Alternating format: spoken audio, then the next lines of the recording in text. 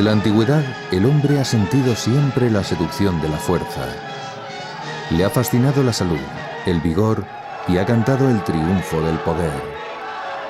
Los más fuertes se erigían por encima del resto, los pequeños, los pobres, los vencidos, los esclavos. En Grecia, Platón nos describe a un fanático del derecho de los fuertes, confrontado con unos débiles que intentan corregir su fragilidad con leyes ilusorias de derechos e igualdades. Darwin, en el siglo XIX, acuña la noción de supervivencia de los más aptos, es decir, de los fuertes. Aunque aplicada a las especies animales, su teoría fue enarbolada por muchos para justificar su dominio sobre otros. Nietzsche enaltece la ostentación de la fuerza. Para él la vida es pujanza o voluntad de poder. Solo existe lo que crea la voluntad. Pero esta, a lo máximo que llega, es a crear el superhombre. No alcanza a producir lo infinito, y por eso declara que Dios no existe. La Alemania nazi alcanzó el culmen de esa fascinación por el superhombre. Fue un poder aparente, postizo, basado en falsedades. Y aquella pesadilla prepotente se derrumbó impotente en un caos dantesco, como más tarde lo haría, sin ruido, la utopía comunista. Esas y otras demenciales experiencias demuestran que la endeble voluntad humana se hunde en el nihilismo cuando da la espalda a la fuente de toda fuerza, es decir, al Todopoderoso. El poder de la mentira ha marginado siempre a los débiles como inservibles. Son inútiles, ya sea para las conquistas del imperio, para la lucha competitiva en la nueva globalización o, si son embriones, para las clínicas de reproducción asistida. La bioética nació para socorrer el desvalimiento de la vida humana frágil. Venía a combatir el error de que el derecho está supeditado a la fuerza. Y defendía el valor y dignidad de cualquier persona, aun la más enferma y limitada. Pero, ¿por qué hubo que esperar hasta fines del siglo XX para hablar de bioética? Esa palabra no existía aún cuando los astronautas americanos pusieron los pies en la Luna por primera vez. ¿Por qué no surgió antes? ¿Acaso será nuestra época más brutal que la de los legionarios de la época romana? En 1945 el mundo descubrió estremecido los horrores perpetrados en los campos nazis de exterminio. Una crueldad difícilmente superable. En Dachau y Auschwitz, el doctor Mengele y otros médicos de las SS experimentaron con los prisioneros, mayoritariamente judíos, como si se tratase de cobayas. Les practicaban operaciones sin anestesia y les inoculaban diversos virus. Con las mujeres se ensayaban nuevos métodos de esterilización y control de natalidad. El Tribunal Internacional de Nuremberg, organizado por los aliados en 1946, no solo juzgó los crímenes de guerra de los políticos y militares nazis, sino que condenó con toda severidad los experimentos inhumanos de los médicos al servicio de aquel régimen despiadado. Lo lógico es que la humanidad hubiera aprendido de aquella terrible catástrofe y se hubieran garantizado para siempre los derechos del hombre. Se intentó, pero ¿qué ocurrió en realidad? Después de la Segunda Guerra Mundial, los derechos de la persona se convierten en un elemento clave en todas las constituciones occidentales. Por tanto, estamos en un buen momento para los derechos humanos. Pero a la vez se impone una filosofía individualista, radical, que vacía muchos de esos derechos y sobre todo se los niega a los más débiles, a los que no pueden protestar, a los que están en minoría, ¿no? Con lo cual, en el momento de la apoteosis de los derechos humanos es cuando más vulneraciones de los derechos humanos hay, hasta el punto de escandalizar a los de otras culturas que no acaban de entender muy bien lo que tenemos montado. Por tanto, aprovechemos esta apoteosis de los derechos, pero démosle contenido. La bioética no apareció como réplica inmediata a los crímenes nazis. Curiosamente surgió como reacción a los abusos médicos cometidos a escala mucho menor en Estados Unidos. En Alabama, desde 1932 hasta 1962, el gobierno norteamericano llevó a cabo una investigación con 400 pacientes de sífilis de raza negra. Ni se les informó, ni se les trató con penicilina. En los años 30, el estereotipo de la gente de color era sinónimo de suciedad y promiscuidad. ¿No era la sífilis consecuencia de todo ello? Al principio, el estudio se usó en apoyo de la discriminación racial. De esos 400, muchos murieron. Décadas después, el presidente Bill Clinton pidió perdón a los 7 supervivientes en nombre del gobierno, prometiendo jamás volver a repetir abusos semejantes.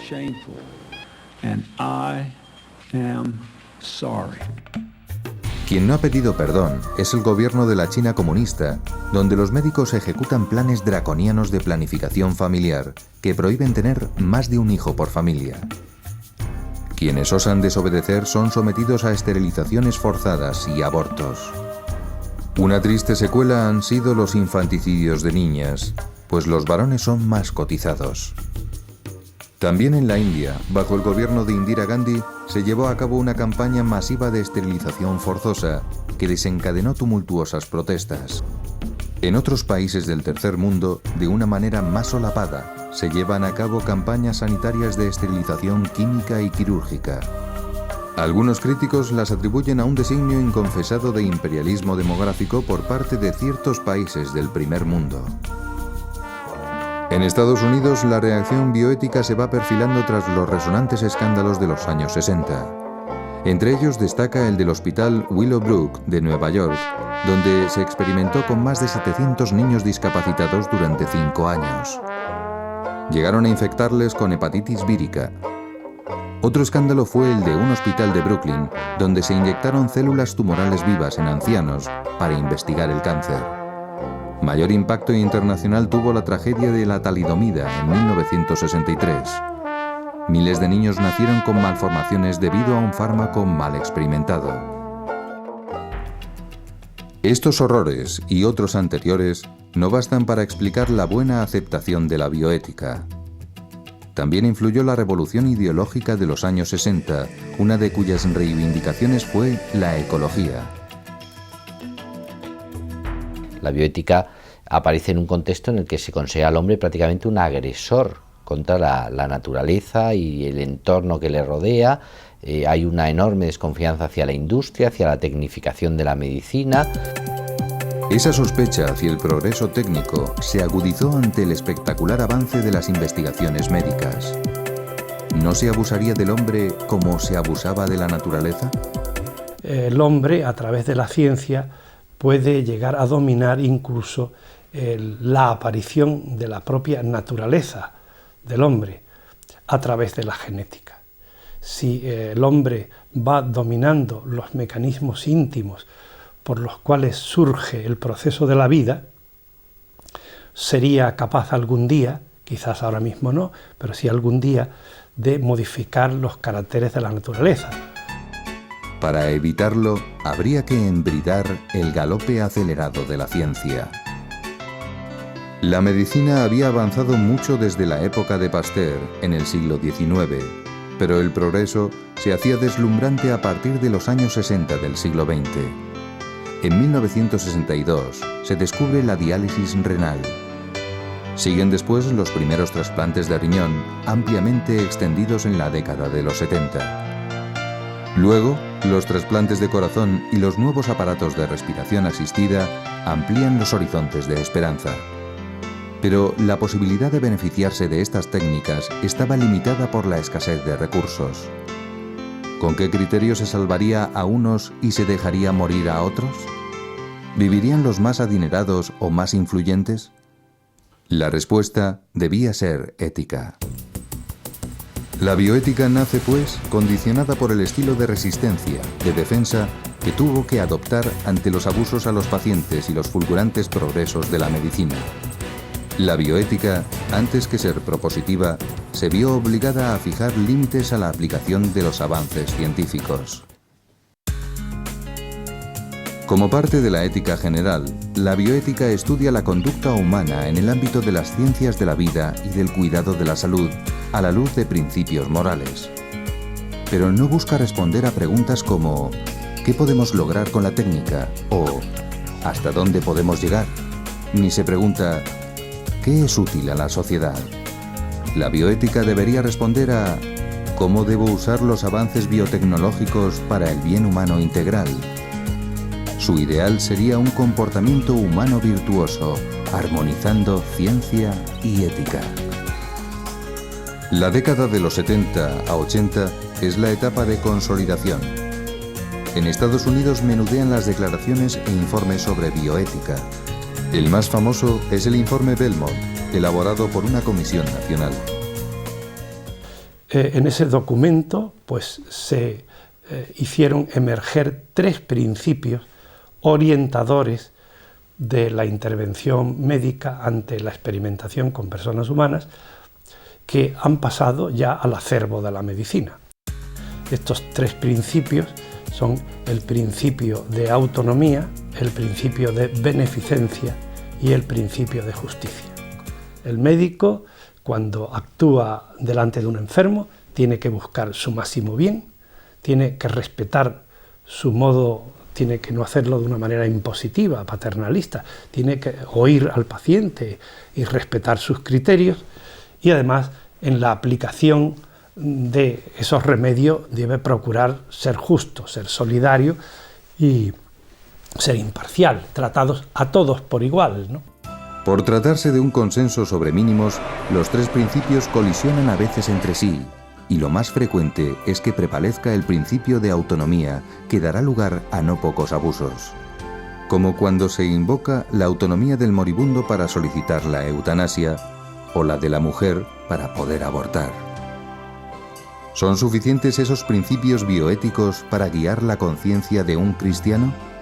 El juicio moral cristiano es mucho más rico, porque tiene en cuenta la intención del paciente, la intención del médico, tiene en cuenta de una manera básica el significado del objeto que va a llevar a cabo. Si va a establecer una esterilización, pues el significado moral de una esterilización. Si va a aplicar una píldora abortiva, el significado material será la píldora, pero el significado moral es que es un aborto y tiene que tener en cuenta también las consecuencias. Pero no tenemos que ser unos enemigos en absoluto de los principios de la bioética, de estos principios clásicos, porque tienen su papel, y su papel se puede decir que hasta este momento que ha sido muy positivo.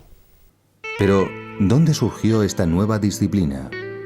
¿Por qué existen recelos hacia las enseñanzas de la Iglesia Católica en estos ámbitos? La bioética no nació en una comunidad monástica, sino en una comunidad científica ideológicamente dividida.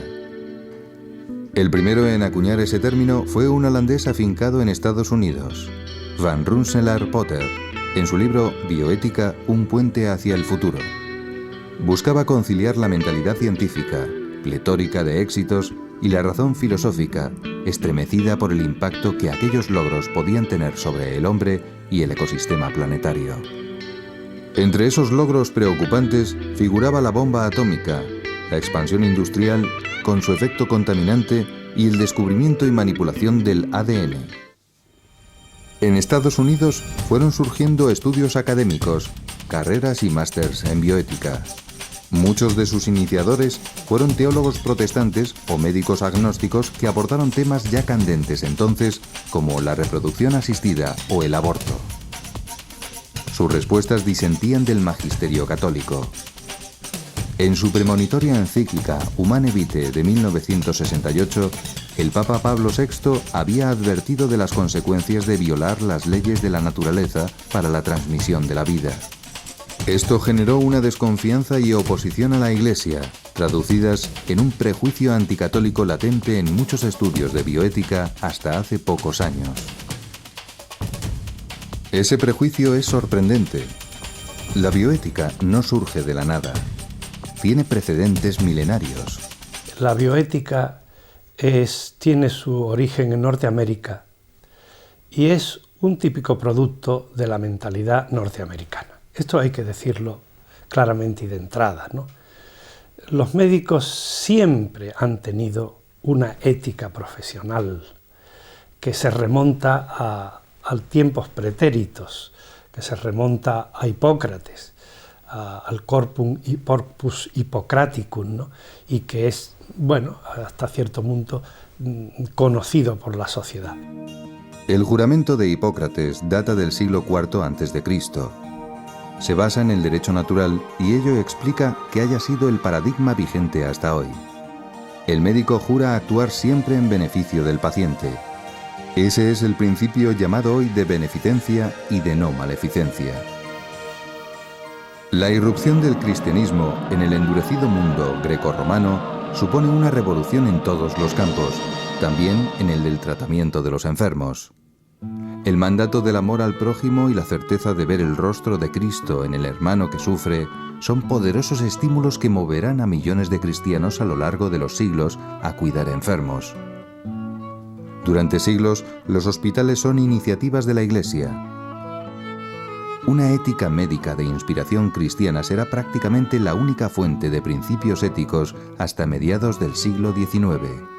Clemente VI descubre por primera vez los derechos naturales humanos. Pertenecen a la naturaleza. Son tres: el derecho a la vida, el derecho a la libertad y el derecho a la propiedad. Esos tres derechos están hoy absolutamente conculcados. No hay un derecho a la vida. La eutanasia, el aborto, la clonación están convirtiéndose en la respuesta ahora legítima. La intervención de la sociedad civil internacional es mucho más reciente. El conocimiento de los crímenes nazis desembocó en la formulación de distintos códigos: la Carta de Derechos Humanos de la ONU, los códigos de deontología médica de Ginebra y Helsinki. Pero, ¿qué importancia tienen esos códigos? Para defender al ser humano, la bioética necesita aliarse con la ley. El derecho es su protector y una de sus fuentes de inspiración imprescindibles. La bioética propone normas y señala deberes. Solo el derecho, junto con la moral, tiene la fuerza necesaria para aplicarlas en favor del más débil. El derecho es algo distinto de la moral. El derecho no va a ocuparse de todo aquello que es relevante para la moral, sino solo de lo que condiciona nuestra convivencia social, lo que garantiza una convivencia justa. De acuerdo. El problema es que uno se pregunta, ¿y hasta dónde llega lo que condiciona una convivencia justa? Y eso exige una respuesta moral, inevitablemente. Por eso el Código Penal tiene un trasfondo moral siempre, porque es el que ha establecido esto afecta o no afecta a ese mínimo ético que el derecho penal debe defender. Nace así dentro del derecho y de la bioética una nueva rama, la biojurídica, llamada también bioderecho. Abarca desde las leyes de reproducción artificial y el aborto hasta los derechos y deberes de pacientes, normas para experimentación con humanos, clonación y otros muchos problemas presentes o futuros. Pero tanto en los parlamentos que aprueban esas leyes como en las comisiones éticas que las preparan, se enfrentan al menos dos visiones diametralmente opuestas. Hay dos conceptos del ser humano y de la vida humana que están en conflicto. El concepto, digamos, tradicional europeo, en que la dignidad y el valor de la vida humana es intrínseca al ser humano. Es decir, que tenemos una dignidad, tenemos un valor como ser humano sencillamente por el hecho de ser humano. Por otro lado, hay ahora el punto de vista, el concepto, digamos, moderno, postmoderno del ser humano, en que el valor y la dignidad del ser humano depende de sus capacidades, de lo que todavía puede, ¿no? Puede contribuir a la sociedad o por lo menos gozar de la vida.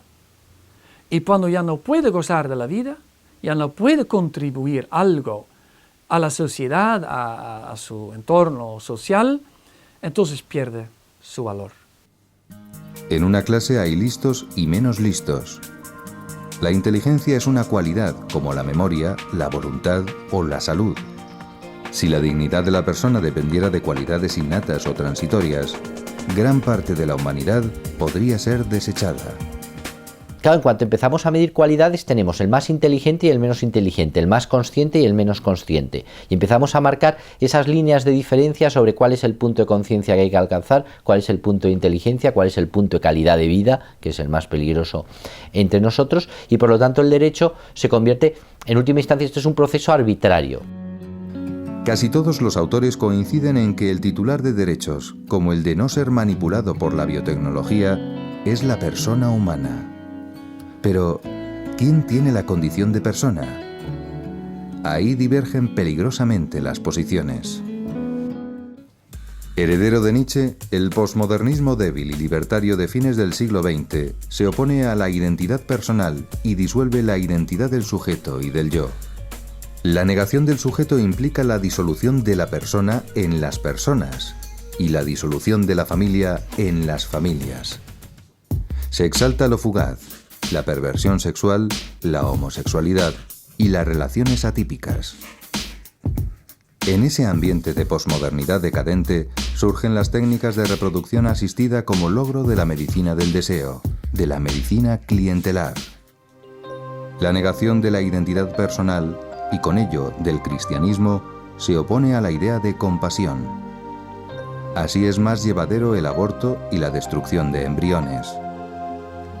La pérdida de la identidad personal justifica separar sexo y reproducción. Y es que en el acto de la fecundación in vitro se separan dos componentes que son esenciales para la dignidad propia de la sexualidad humana y de la reproducción humana, que es la unión entre los aspectos generativos del acto conyugal y los aspectos unitivos. Una consecuencia de esa incertidumbre sobre la identidad personal es la sumisión a la identidad colectiva. El peligro para la libertad es patente. Frente a esas tesis de la posmodernidad débil y relativista, la posmodernidad fuerte, inspirada en el cristianismo, vuelve a descubrir la identidad personal como fuente de derecho, libertad y amor. La base de esa identidad es la llamada de Dios al hombre que se lee en Isaías. Ego vocavi nomine tuo. Yo te llamé por tu nombre. Llama a cada uno como un padre a su hijo. Esa es la más fuerte de las identidades. Y la que hace al hombre no una isla de autarquía, sino responsable ante el Creador y la creación, hermano de sus hermanos, los hombres. La identidad personal va unida al hecho de tener el mismo cuerpo, de tener un fenotipo propio, resultado de la síntesis entre genotipo y ambiente. El fenotipo es la clave de la identidad biológica que permite incluso distinguir las personas de dos gemelos que el genotipo no diferencia. El hombre cambia sus células cada 7 meses, pero el fenotipo manifiesta la continuidad del yo pese a las transformaciones físicas. Si el fenotipo es la base de la identidad, es necesario defender el genoma, como recomienda la Declaración de la UNESCO de 1997, que prohíbe la manipulación del patrimonio genético. Conviene salvaguardar también el ambiente natural para el desarrollo de la persona, que es la familia. Es evidente que el contexto de amor y de entrega interpersonal de hombre y mujer en el ámbito conyugal supone una donación mutua a la cual adviene un regalo, que es el hijo. El hijo evidentemente no es producido, no es artificialmente hecho, sino procreado. El concebido en el seno materno es un nasciturus, mientras que el concebido in vitro es más bien un moriturus, que morirá en la mayoría de casos. Aunque se enfrenta a cuestiones novedosas, el bioderecho no debe olvidar nunca los principios jurídicos universales y sólidos. El fundamento es la dignidad humana, intrínseca a cada persona. No nace de un consenso o un acuerdo, sino de la igualdad ontológica de todos los seres humanos. Ningún derecho debe permitir que un ser humano sea tratado como un objeto. El principio de dignidad conlleva el necesario respeto y protección jurídica de toda vida, especialmente la del más débil.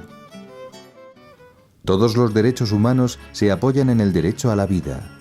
Rechazarlo, negarlo, minusvalorarlo, degradarlo, implica negar todos los demás derechos humanos.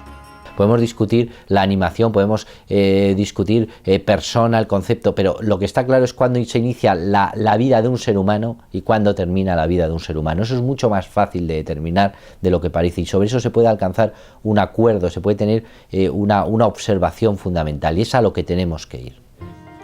Juan Pablo II, en la encíclica Evangelium Vitae, plasmó la gravedad de negar este derecho. Quien atenta contra la vida del hombre, de alguna manera atenta contra el autor de la vida, es decir, Dios mismo. Así, y siguiendo a Tomás de Aquino, toda ley humana tiene razón de ley solo en cuanto se ajusta a la recta razón. En cuanto se aparta de ella, es una ley inicua, que no tiene carácter de ley, sino más bien de violencia. No hay, pues, obligación de acatar leyes gravemente injustas, como las del aborto o la eutanasia. Y de ahí nace el derecho a la objeción de conciencia. Estos argumentos a favor de la vida suelen ser rechazados desde una concepción positivista del derecho. Desde esta perspectiva, el derecho puede tener cualquier contenido siempre y cuando respete los procedimientos